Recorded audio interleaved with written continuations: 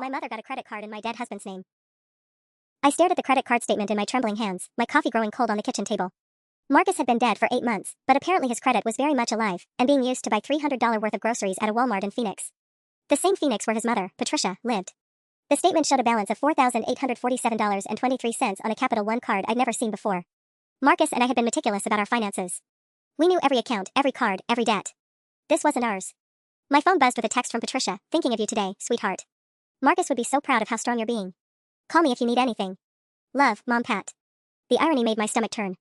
I'd been sorting through the endless paperwork that follows death, insurance claims, account closures, estate documents, when this statement arrived in our mail. Addressed to Marcus David Chen, my husband of 6 years, who died in a car accident on February 14th, Valentine's Day. The universe's idea of a sick joke. The statement was dated 3 weeks ago. The account had been opened in July, 5 months after Marcus died. I grabbed my laptop and logged into the credit monitoring service I'd set up after his death, thinking I was being responsible, protecting his identity. The report made my vision blur. 3 new credit inquiries in the past 6 months. 2 store cards, 1 major credit card. All showing recent activity. My hands shook as I dialed the Capital One customer service number. After 20 minutes of transfers and holds, I finally reached someone who could help. "I'm calling about an account that appears to be fraudulent," I said, giving them the account number. "This card was opened in my deceased husband's name." "I see the account here," the representative said. "It was opened on July 15th. The billing address is, let me see, 2847 Desert Rose Lane, Phoenix, Arizona. Patricia's address." I knew it by heart. I'd sent her flowers there for Mother's Day, Christmas cards, birthday gifts. During our entire relationship, Marcus had insisted we remember every holiday, every occasion. "She's all the family I have left," he used to say. After he died, she became all the family I had left too. "Ma'am? Are you still there?" "Yes," I whispered. What purchases have been made?" The list was extensive. Walmart, Target, a nail salon, a restaurant called Desert Bloom Bistro, a pet store. Hundreds of dollars in charges, building up over months while I'd been drowning in grief and paperwork, trusting that the woman who raised Marcus would never betray his memory. But she had his social security number from when she helped with tax documents years ago. She had his birth certificate. Marcus had asked her to hold on to important papers when we moved apartments last year. She had everything she needed to resurrect him financially. "I'd like to report this as identity theft," I said, my voice getting stronger. "The cardholder has been deceased since February 14th of this year. I'm so sorry for your loss, ma'am. I'll start a fraud investigation immediately." After I hung up, I sat in the silence of our kitchen, my kitchen now, and felt something I hadn't experienced since Marcus died. Anger. Pure, clarifying rage that burned away the fog of grief I'd been living in. Patricia had held my hand at the funeral. She'd helped me choose his headstone. She'd cried with me, shared memories, told me I was like the daughter she never had. And the entire time, she was planning to steal from him. I called the other 2 credit card companies that night. The first was a Nordstrom card with a $1,200 balance. Apparently Patricia had expensive taste in handbags. The second was a Best Buy card maxed out at $2,500, used to purchase a 65-inch Samsung TV and a laptop computer. Total damage so far, $8,547.23 in fraudulent debt attached to my dead husband's name. But it was the laptop purchase that made my blood run cold. Marcus had been a software engineer, meticulous about technology. Patricia barely knew how to use Facebook. Why would she need a $1,800 MacBook Pro unless she was planning to do more than just rack up credit card debt? I pulled up our joint checking account online, something I'd been avoiding because seeing Marcus's name on the statements was too painful. My heart stopped. There had been 3 attempted withdrawals in the past month, all declined due to insufficient funds. The account only had $247 left after I'd paid for his funeral expenses and our final bills. She tried to drain our bank account too. My phone rang at 11:47 p.m. Patricia's contact photo, a smiling picture of her and Marcus from last Christmas, lit up my screen. I stared at it, letting it ring while my mind raced. She never called this late. Never. The voicemail notification popped up a minute later. With trembling fingers, I played it. "Sarah, honey, it's Mom Pat. I know it's late, but I've been thinking about you all day. I was going through some of Marcus's old things I had stored here, and I found some paperwork that might be important for his estate. Tax documents, maybe some old bank statements. Nothing urgent, but you might want them for your records. Give me a call tomorrow, sweetheart. Love you." She knew.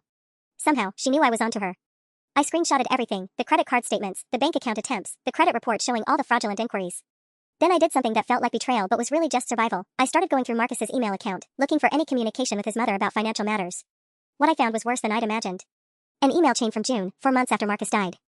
Patricia had written to him, to his email address that I'd forgotten to close, asking about that investment account you mentioned. She was fishing, seeing what other financial assets she could find. But then I saw Marcus's automatic reply message, the one I'd set up to inform people of his passing. It had been responding to her emails all along. She'd been getting notifications that her son was dead every single time she sent these messages, and she kept sending them anyway. The last email was from 3 days ago. "Marcus, I really need to access that Schwab account. The account number would be a huge help. Your old mom is struggling with bills. Love, Mom." I screenshot that too, then forwarded everything to my own email account. My hands were shaking so badly I could barely type, but the evidence was all there. Patricia hadn't just stolen from Marcus once or twice in a moment of desperation. This was systematic. Calculated. She'd been methodically working through every piece of financial information she could access, trying to squeeze money out of her dead son's identity while comforting his grieving widow. The woman who had sobbed at his funeral and told me Marcus was watching over us both had spent 8 months systematically desecrating his memory for money. I looked at my phone. Patricia's smiling face in her contact photo made me nauseous. Tomorrow, I would call her back. But not to get those important papers. Tomorrow, I was going to burn her world down. I didn't sleep that night. Instead, I sat at Marcus's desk, the one I'd been unable to touch for months, and opened every drawer, every file, every box of documents we'd kept. If Patricia had access to his social security number and birth certificate, what else might she have gotten her hands over the years?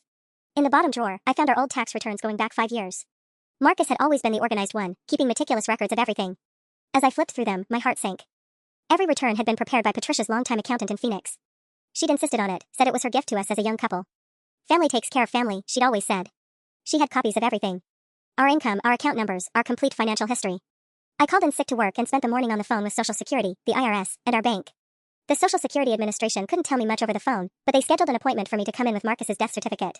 The IRS representative, however, was more helpful. Mrs. Chen, I see there was a tax return filed for your husband this year. Form 1040, filed on April 10th, showing income from freelance consulting work. My blood turned to ice. That's impossible. My husband died in February. The return shows $23,000 in consulting income from Chen Digital Solutions LLC. The refund of $1,847 was direct deposited to account ending in 4739 on May 15th. I grabbed our bank statements. None of our accounts ended in those digits. Can you tell me what address was used on that return? 2847 Desert Rose Lane, Phoenix, Arizona. Patricia hadn't just stolen his identity for credit cards. She'd filed a fake tax return in his name, invented a business, and pocketed nearly $2,000 from the federal government. The implications hit me like a truck. If she was filing tax returns, she might have changed his address with the IRS. What other government benefits or refunds might she be intercepting? Had she tried to collect his final paycheck? His unused vacation payout? I called Marcus's old company, TechFlow Solutions.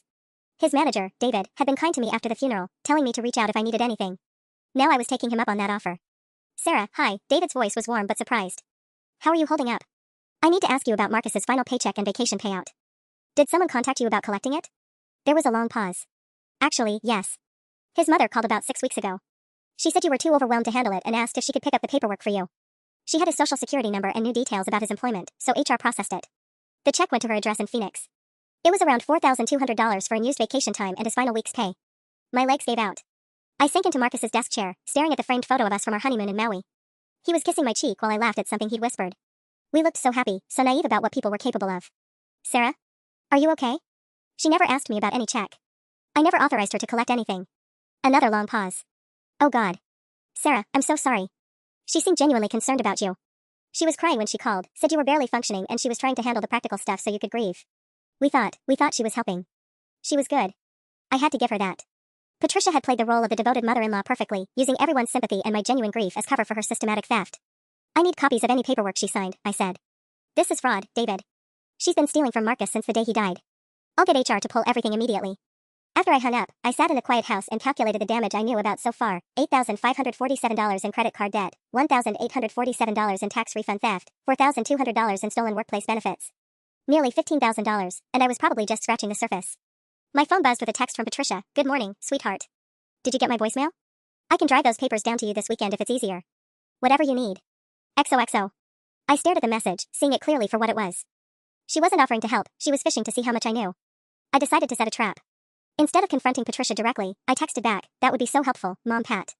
I've been struggling with some financial paperwork for the estate. Maybe you could help me understand some things when you come down? Her response came back in less than 2 minutes. Of course, honey.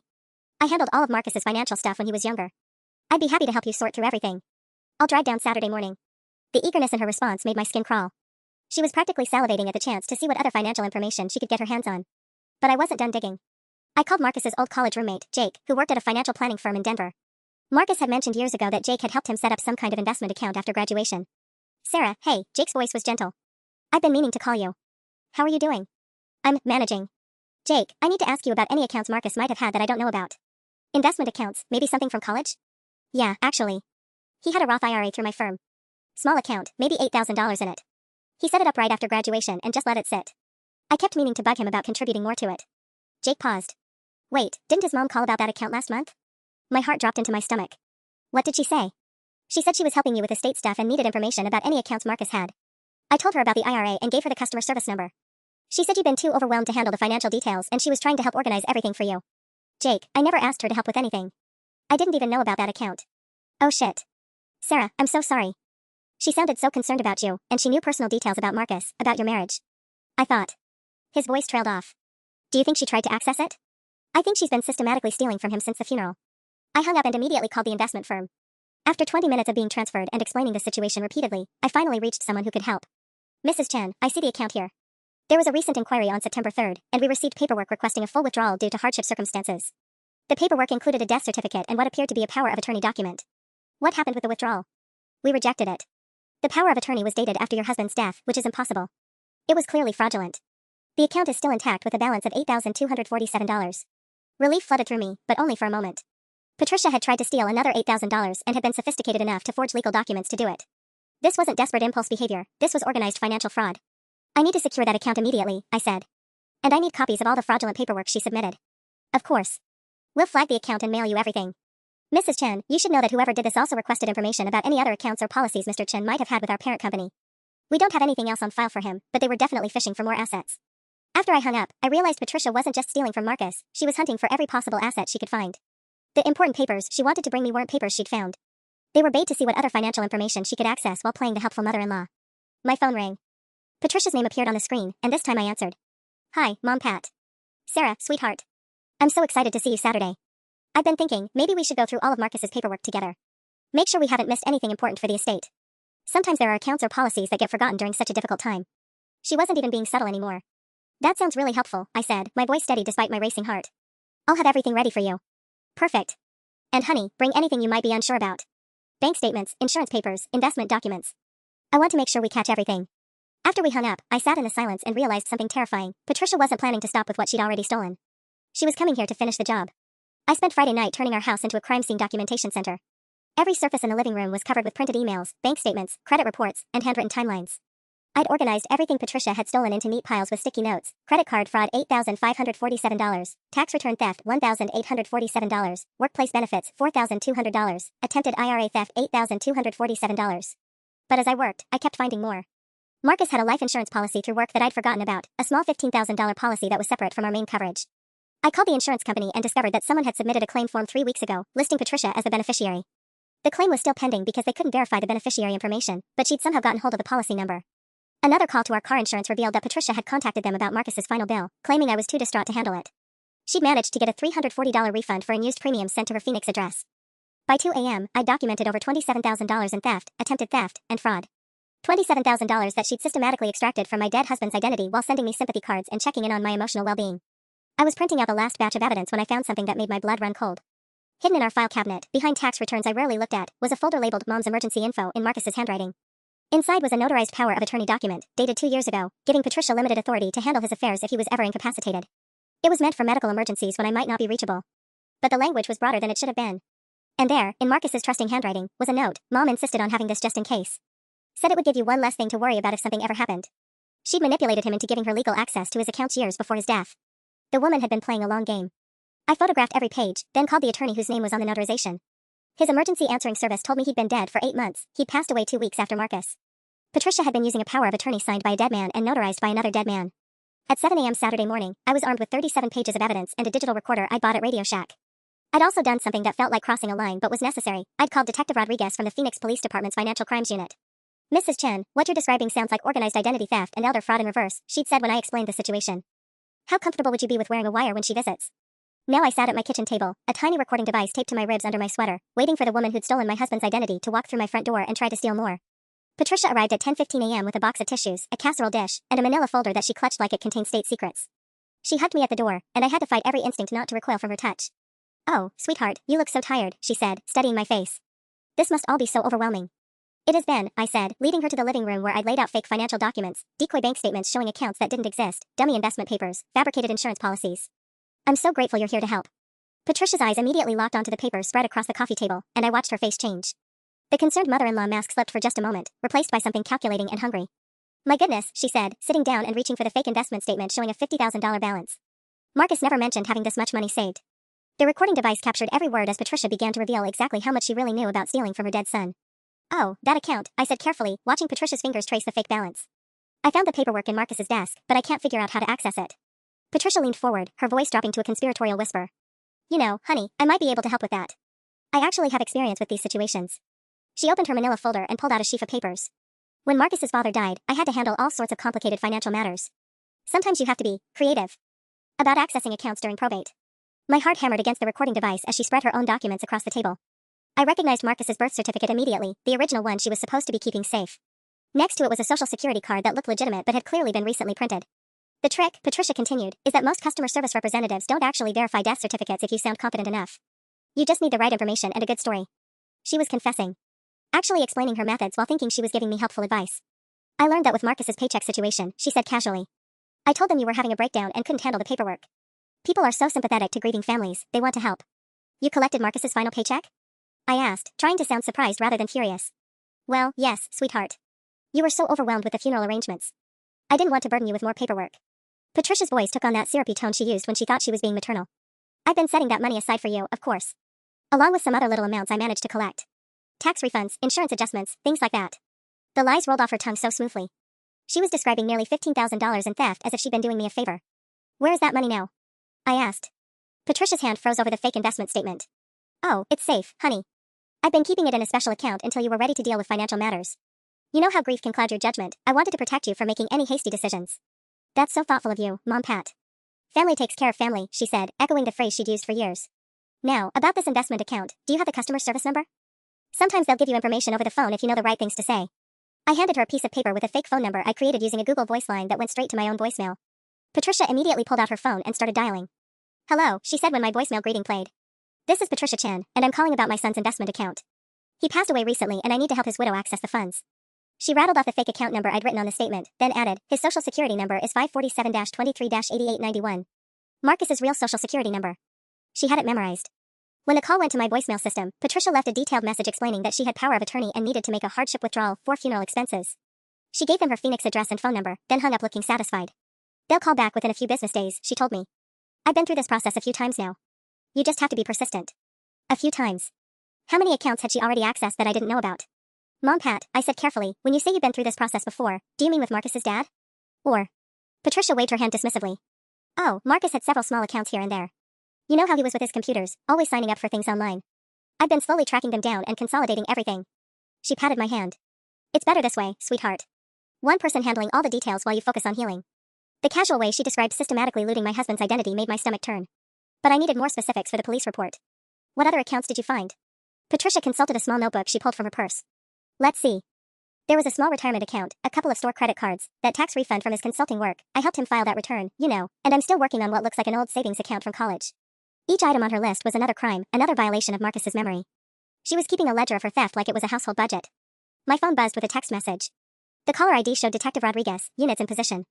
Keep her talking about specific amounts and dates. The police were already outside. Actually, Mom Pat, I said, my voice steadier than I felt. I've been having some issues with Marcus's credit report. There are some accounts on there that I don't recognize. Patricia's pen stopped moving across her notebook. For just a moment, her mask slipped completely, and I saw something cold and calculating in her eyes before the concerned expression returned. Oh, that's probably just old accounts he forgot to mention, she said quickly. You know how men are with financial details. Marcus was wonderful, but he wasn't always the best at communication. These accounts were opened after he died, Mom Pat. The silence stretched between us like a tightrope. Patricia set down her pen very carefully and looked at me with what I'm sure she thought was maternal concern. Sweetheart, that's impossible. You must be reading the dates wrong. Grief can make us see things that aren't really there. She was going to gaslight me.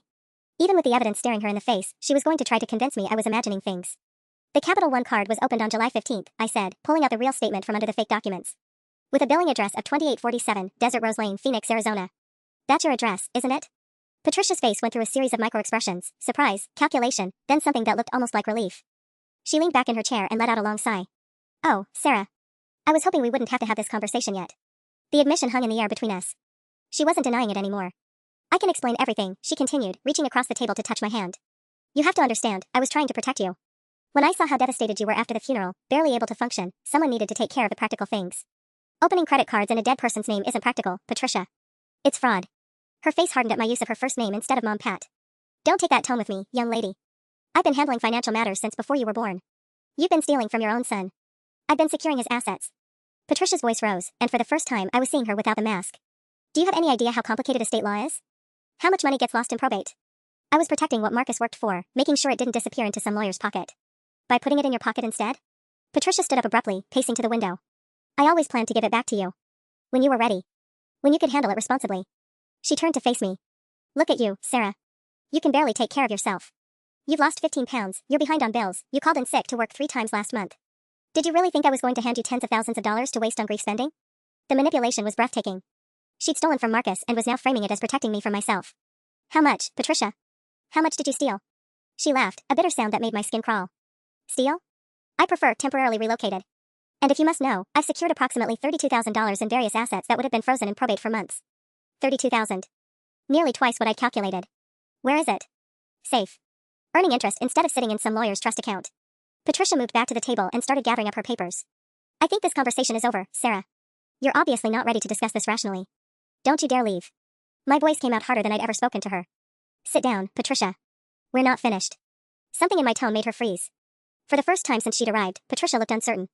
I know about all of it, I continued. The fake tax return. The forged power of attorney. The attempted bank withdrawals. The life insurance claim. Every single crime you've committed using his identity. Patricia's face went white. You don't understand what you're talking about. Then explain it to me. Explain how filing a fraudulent tax return in Marcus's name was protecting his assets. Explain how stealing his final paycheck was for my own good. My phone buzzed again. Detective Rodriguez, recording quality is excellent. 2 more minutes. Patricia was trapped, and we both knew it. Patricia sank back into her chair, her composure finally cracking completely. The maternal mask was gone, replaced by something desperate and cornered. You want the truth, Sarah? Fine. Her voice turned sharp, cutting. Marcus owed me that money. Do you have any idea how much I spent raising him? College tuition, car payments, helping you two with your down payment on this house. $37,000 over the years, money I never expected back because that's what mothers do. The audacity took my breath away. So you decided to collect interest on parenting? I decided to collect what was rightfully mine before you could squander it. Patricia's voice cracked like a whip. Do you think I don't know about your little shopping sprees? Those 3 trips to Target last month, buying things you didn't need because you were sad? The expensive flowers for his grave every week. You're hemorrhaging money on grief, just like I knew you would. She'd been watching my spending. Somehow monitoring my accounts or my movements. The violation felt almost as sickening as the theft itself. I was buying groceries and flowers for my dead husband, Patricia. That's not squandering money, that's called living. That's called emotional spending, and it's exactly why I had to act fast. She pulled out her notebook again, flipping through pages covered in her neat handwriting. I've been tracking everything. Every dollar I secured from Marcus's accounts is documented right here, along with projections of how much you would have wasted if I'd left it in your hands. The notebook was a detailed ledger of her crimes, complete with dates, amounts, and what looked like calculations of interest and fees. She'd been treating the theft of her son's identity like a business plan. Show me, I said. Patricia hesitated, then slid the notebook across the table. The entries made my vision blur. July 15th, Capital One approval, $5,000 limit. Initial groceries purchased $247 to establish account history. August 3rd, tax refund deposited. $1,847. Minus $12 wire fee. August 18th, tech flow benefits collected. $4,200. Sarah not informed per plan. September 12th, Best Buy card maxed. $2,500 laptop for financial management software. She'd been documenting her fraud like a bookkeeper, complete with business justifications for each theft. Financial management software? I asked, pointing to the laptop entry. I needed proper tools to track everything, Patricia said defensively. This isn't some amateur operation, Sarah. I've been managing Marcus's posthumous finances with the same care I used for his college fund. My phone buzzed with another message, but I didn't look at it. I was transfixed by the notebook, seeing months of systematic planning laid out in Patricia's careful handwriting. What's this entry from last Tuesday? I pointed to a line that read SS address change request submitted. Patricia's face flushed. I updated Marcus's address with Social Security to make sure any benefits or notifications come directly to me. You're in no condition to handle government paperwork. You changed his address to yours? Patricia, he's dead. There shouldn't be any ongoing correspondence. There are always loose ends, she said impatiently. Stimulus payments, tax corrections, benefit adjustments. The government is slow to update their systems. Rather than letting checks get lost or returned, I made sure they'd come to someone who could handle them appropriately. She was still stealing. Right now, actively working to intercept any money that might be connected to Marcus's name or Social Security number. What other loose ends are you working on? Patricia snapped the notebook shut. I think I've explained enough. You clearly don't appreciate the complexity of what I've been managing, or the financial disaster I've been protecting you from. My phone buzzed insistently. This time I glanced at it, moved to the front door. Now. The police were ready to move. Actually, Patricia, there's one more thing I need to show you, I said, standing up and walking toward the front door. I found some documents in Marcus's office that I think you should see. She followed me, clutching her notebook against her chest like armor. What kind of documents? Financial records, I said, my hand on the doorknob. Some correspondence that mentions your name specifically. The doorbell rang at exactly that moment. Patricia jumped, her eyes darting between me and the door with sudden suspicion. Are you expecting someone? She asked. I opened the door to reveal Detective Rodriguez, a tall woman in her 40s with kind eyes and a badge hanging from her belt. Behind her stood 2 uniformed officers. Mrs. Chen? I'm Detective Rodriguez with Phoenix PD Financial Crimes. We spoke yesterday. She looked past me to Patricia. And you must be Patricia Chen. The color drained from Patricia's face so quickly I thought she might faint. What is this about? Ma'am, we're here regarding multiple counts of identity theft, mail fraud, and filing false tax returns using the identity of Marcus David Chen, deceased February 14th of this year. Patricia's notebook slipped from her hands, scattering pages across my hardwood floor. The detailed ledger of her crime spread out like evidence at a crime scene. Sarah, Patricia whispered, her voice barely audible. What have you done? Detective Rodriguez stepped forward. Mrs. Patricia Chen, you have the right to remain silent.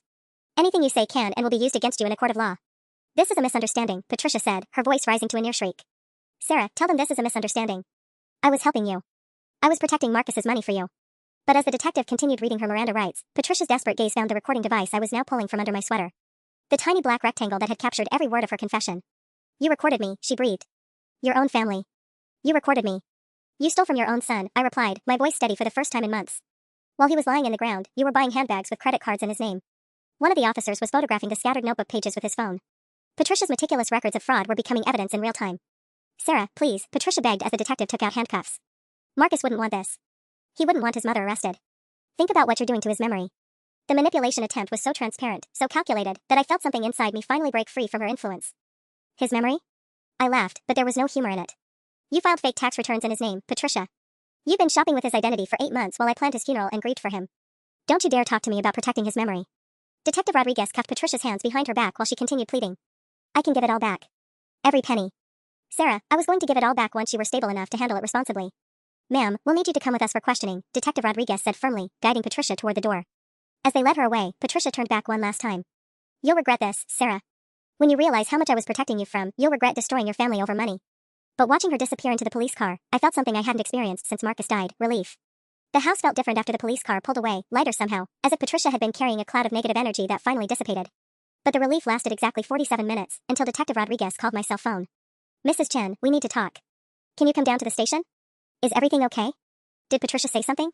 She said a lot of things. That's the problem. An hour later, I sat across from Detective Rodriguez in a sterile interview room that smelled like burnt coffee and industrial disinfectant. She had Patricia's notebook open between us, along with a stack of documents I didn't recognize. Your mother-in-law is claiming that you were complicit in the financial activity, Detective Rodriguez said carefully. She says you knew about the credit cards and gave her permission to handle Marcus's affairs.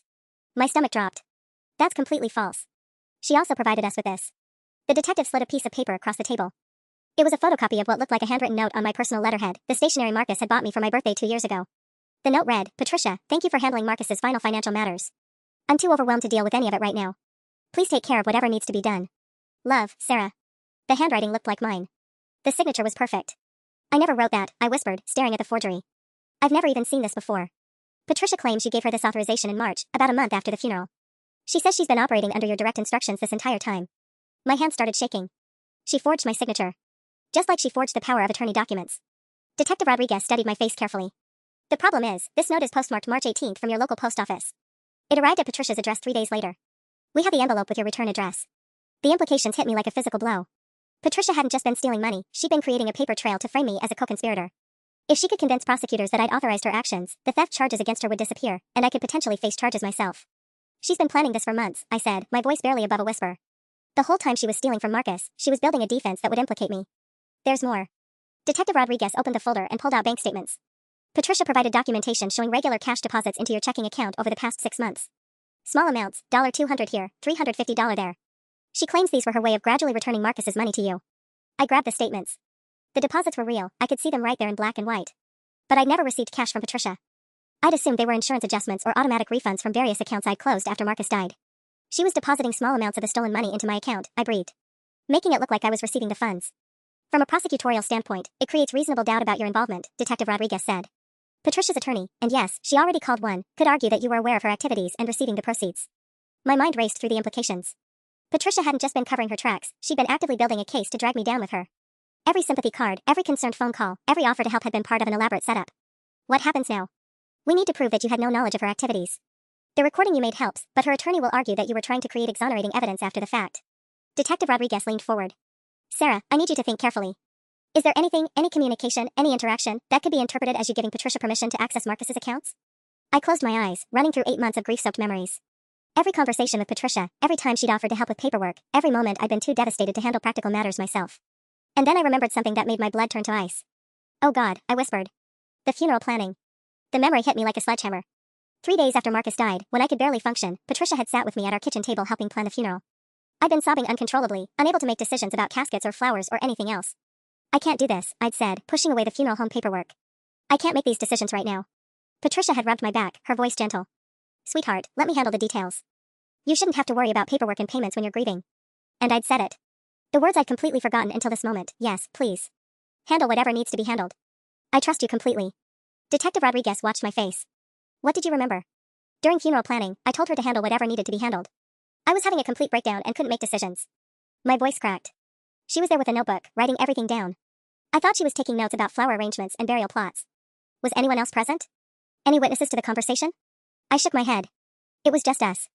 Patricia made sure of that. She told everyone else to give me space to grieve, but she stayed. She was always there during my worst moments. The detective made notes on a yellow legal pad. Patricia's attorney will likely use that statement to argue you gave her blanket authorization to handle Marcus's affairs. But I was talking about funeral arrangements, not identity theft. Unfortunately, handle whatever needs to be handled is pretty broad language. Combined with the forged letter and the money deposits. Detective Rodriguez trailed off. I felt the walls closing in. Patricia hadn't just stolen from Marcus, she'd been systematically building a legal defense that would paint me as either a co-conspirator or, at best, someone too incompetent to handle my own finances. Either way, she'd walk free. My phone buzzed with a text message. The number was one I didn't recognize. You made a big mistake today, Sarah. Check your email. Detective Rodriguez saw my expression. What is it? I showed her the phone. She immediately called for a tech specialist while I opened my email on trembling fingers. There was a message from an address I'd never seen, noreplylegal47@gmail.com. The subject line read, cease and desist harassment of Patricia Chen. My vision blurred as I read the message. Mrs. Chen, you are hereby notified that any further contact with my client, Patricia Chen, constitutes harassment. Your recording of Mrs. Chen without her knowledge may constitute illegal surveillance under Arizona law. Additionally, your accusations of financial impropriety against a grieving mother show reckless disregard for the truth. Mrs. Chen was acting under your explicit authorization and has documentation proving your knowledge and consent. Any further defamatory statements will result in immediate legal action. You have 48 hours to retract your statements to police and issue a public apology, or face a civil lawsuit for defamation, harassment, and intentional infliction of emotional distress. She's threatening to sue me, I whispered. While she's sitting in your jail cell for stealing $30,000 from my dead husband. Detective Rodriguez read over my shoulder. Her attorney works fast. How is this possible? How does she have an attorney already? She was arrested 2 hours ago. Patricia made her phone call. Looks like she had this planned. The detective studied the email timestamp. This was sent 17 minutes after we booked her. She had the lawyer's number memorized. The realization hit me like a physical blow. Patricia hadn't just been stealing money and building a defense, she'd been preparing for war. Every sympathy card, every helpful gesture, every moment of manufactured grief had been part of an elaborate con game with a legal exit strategy. My phone rang. Unknown Phoenix number. Don't answer, Detective Rodriguez said quickly. Let it go to voicemail. When the voicemail notification appeared, I played it on speaker. A man's voice, smooth and confident. Mrs. Chen, this is attorney Michael Hawkins representing Patricia Chen. I strongly advise you to contact my office immediately to discuss resolving this matter before it escalates further. My client is prepared to be reasonable, but time is of the essence. My number is 602-555-7823. Patricia was making her move. 3 hours after Patricia's attorney left that voicemail, my doorbell rang again. This time it wasn't the police, it was a process server with a manila envelope that felt like it weighed 10 pounds. Sarah Chen? You're being served. The lawsuit was already filed. Patricia hadn't wasted any time. I spread the documents across my kitchen table with shaking hands. Civil action for defamation, intentional infliction of emotional distress, and violation of privacy rights.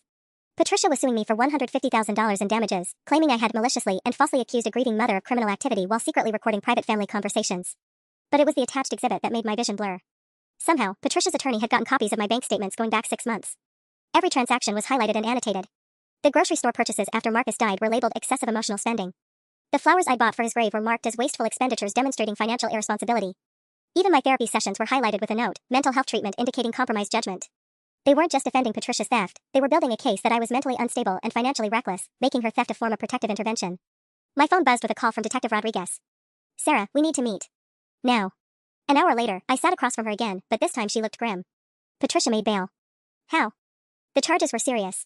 Her attorney argued that she was a 70-year-old woman with no prior criminal record who was trying to help her mentally unstable daughter-in-law manage finances during a crisis. Detective Rodriguez's jaw tightened. The judge bought it. Bail was set at $25,000, which she posted immediately. Where did she get $25,000 for bail? That's what worries me. We're still tracking down all the accounts she accessed. There's more money missing than we initially calculated. My stomach dropped. How much more? Detective Rodriguez consulted her notes. We found evidence of at least $47,000 in fraudulent activity. She had credit cards, bank accounts, and investment access we haven't even begun to untangle. But here's the bigger problem. Her attorney filed a motion to dismiss all charges based on your alleged authorization. Based on forged documents. The handwriting analysis won't be back for 3 weeks. Until then, that letter she produced creates enough reasonable doubt that the prosecutor is getting nervous. She leaned forward. Sarah, there's something else. Patricia's attorney subpoenaed your complete financial records, your therapy records, and your employment file. They're going to argue that you were having a complete mental breakdown and gave Patricia power of attorney over everything. I felt the ground shifting beneath me. My therapy records are confidential. Not if they can convince a judge that your mental state is central to the case. They're claiming you authorized the financial activity during a period of diminished capacity, then forgot about it due to trauma, and are now falsely accusing Patricia to cover your own financial mismanagement. The brilliant cruelty of it took my breath away. Patricia wasn't just defending herself, she was weaponizing my grief, turning my devastation over Marcus's death into evidence of mental incompetence. There's more, Detective Rodriguez continued. We executed a search warrant on Patricia's house this morning. She had a filing cabinet full of documents with your forged signature. Letters, authorizations, even what looks like a fake will amendment. She's been creating a paper trail for months. A fake will? It shows you leaving everything to her in gratitude for her care during my time of crisis. Dated 2 weeks ago. My hands started shaking uncontrollably. Patricia hadn't just been stealing money, she'd been preparing to steal everything Marcus and I had built together. Our house, our savings, our entire life. The good news is that the forgeries are getting sloppy. She got overconfident. Detective Rodriguez slid a photograph across the table. This is supposed to be your signature on a letter dated last Tuesday, but you were at work during a mandatory team meeting. We have 43 witnesses and security camera footage proving you couldn't have written it. Finally, something that could save me. But as I stared at my forged signature, I realized something that made my blood run cold. Detective, what if she's not planning to just frame me? What if she's planning to have me declared mentally incompetent and get guardianship over me? The detective's face went pale. Jesus. With guardianship, she'd have legal control over your finances, your property, your medical decisions. She'd have everything. The realization about guardianship sent me into a panic that lasted 3 sleepless days. I couldn't eat, couldn't focus at work, couldn't stop imagining Patricia having me declared mentally incompetent while she systematically dismantled my entire life. But on Thursday morning, something unexpected happened that changed everything. My doorbell rang at 7:23 a.m. I opened it to find a woman in her 50s holding a manila folder and wearing an expression of barely controlled rage. Are you Sarah Chen? She asked. The one whose mother-in-law is Patricia Chen? Yes. Who are you? I'm Linda Morrison. Patricia Chen destroyed my father's life, and I think she's trying to do the same thing to you. Linda Morrison sat at my kitchen table and opened her folder with hands that shook with anger. My father was Patricia's neighbor for 8 years. Harold Morrison, retired teacher, widowed, living alone. Patricia befriended him after my mother died, just like she befriended you after Marcus passed. She pulled out bank statements, photocopied documents, and what looked like police reports. Over 2 years, Patricia systematically stole $73,000 from my father. She convinced him he was developing dementia, that he couldn't trust his own memory about financial decisions. She got him to sign a power of attorney just in case, then started draining his accounts while telling him he was forgetting where he put the money. My coffee cup froze halfway to my lips. 73,000? Social security benefits, pension payments, the proceeds from selling my mother's jewelry. Patricia told him he'd authorized everything but was too confused to remember. Linda's voice cracked.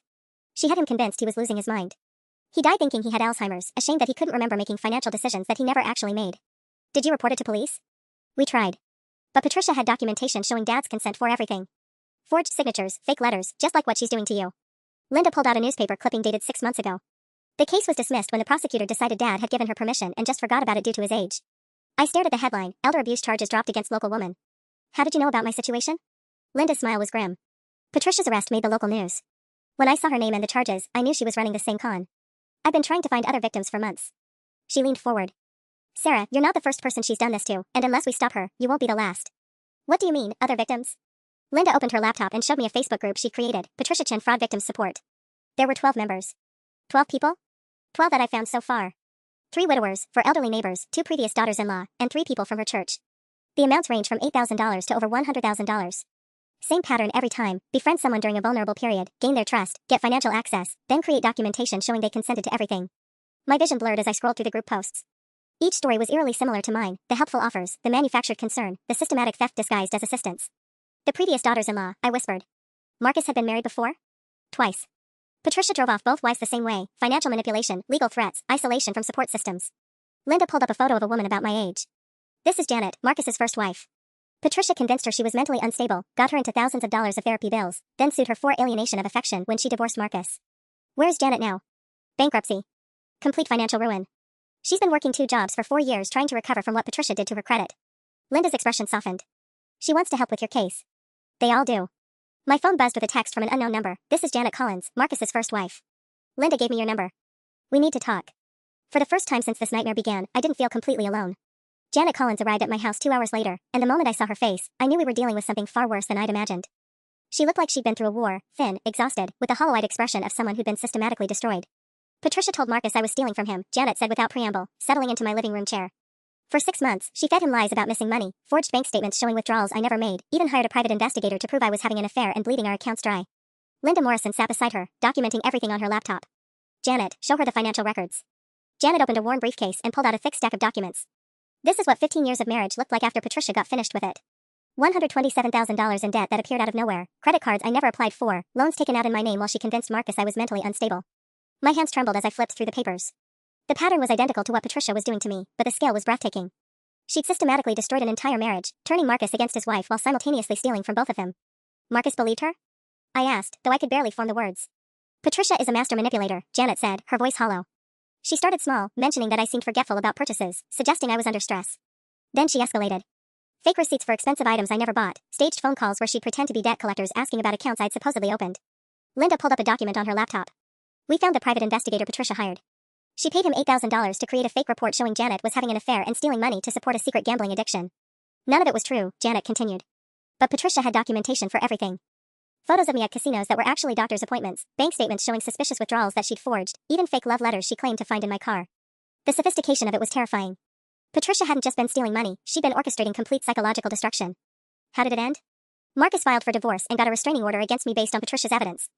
I lost the house, half our savings went to legal fees fighting her false accusations, and Patricia convinced the judge I was too mentally unstable to deserve alimony. Janet's voice cracked. I haven't spoken to Marcus in 8 years. My blood ran cold. You never got to reconcile? Even after he realized what she'd done? Janet and Linda exchanged a look that made my stomach drop. Sarah, Linda said carefully, we need to tell you something about Marcus's death. The room went silent except for the hum of the refrigerator. Janet pulled out one more document, a police report I'd never seen. The car accident wasn't random. Marcus had been receiving threatening calls for 2 weeks before he died. The police report mentions he told his coworker David that someone was trying to destroy his life and he discovered financial discrepancies in his accounts. My vision blurred. You're saying someone was threatening him? We're saying Marcus might have figured out what his mother was doing, Linda said quietly. Janet, show her the phone records. Janet slid a highlighted phone bill across the table. Marcus called me 3 days before he died. First time in 8 years. He was crying, Sarah. He said he'd found evidence that his mother had been forging documents and stealing money during our marriage. He wanted to apologize, wanted to help me clear my name. The implications hit me like a physical blow.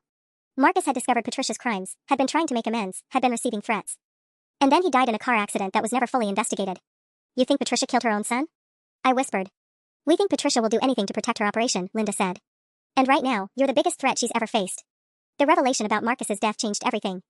As Janet and Linda laid out their evidence, I realized we weren't just dealing with financial fraud, we were dealing with someone who might have murdered her own son to protect her criminal enterprise. We need to take this to the FBI, I said, my voice steadier than I felt. This isn't just identity theft anymore.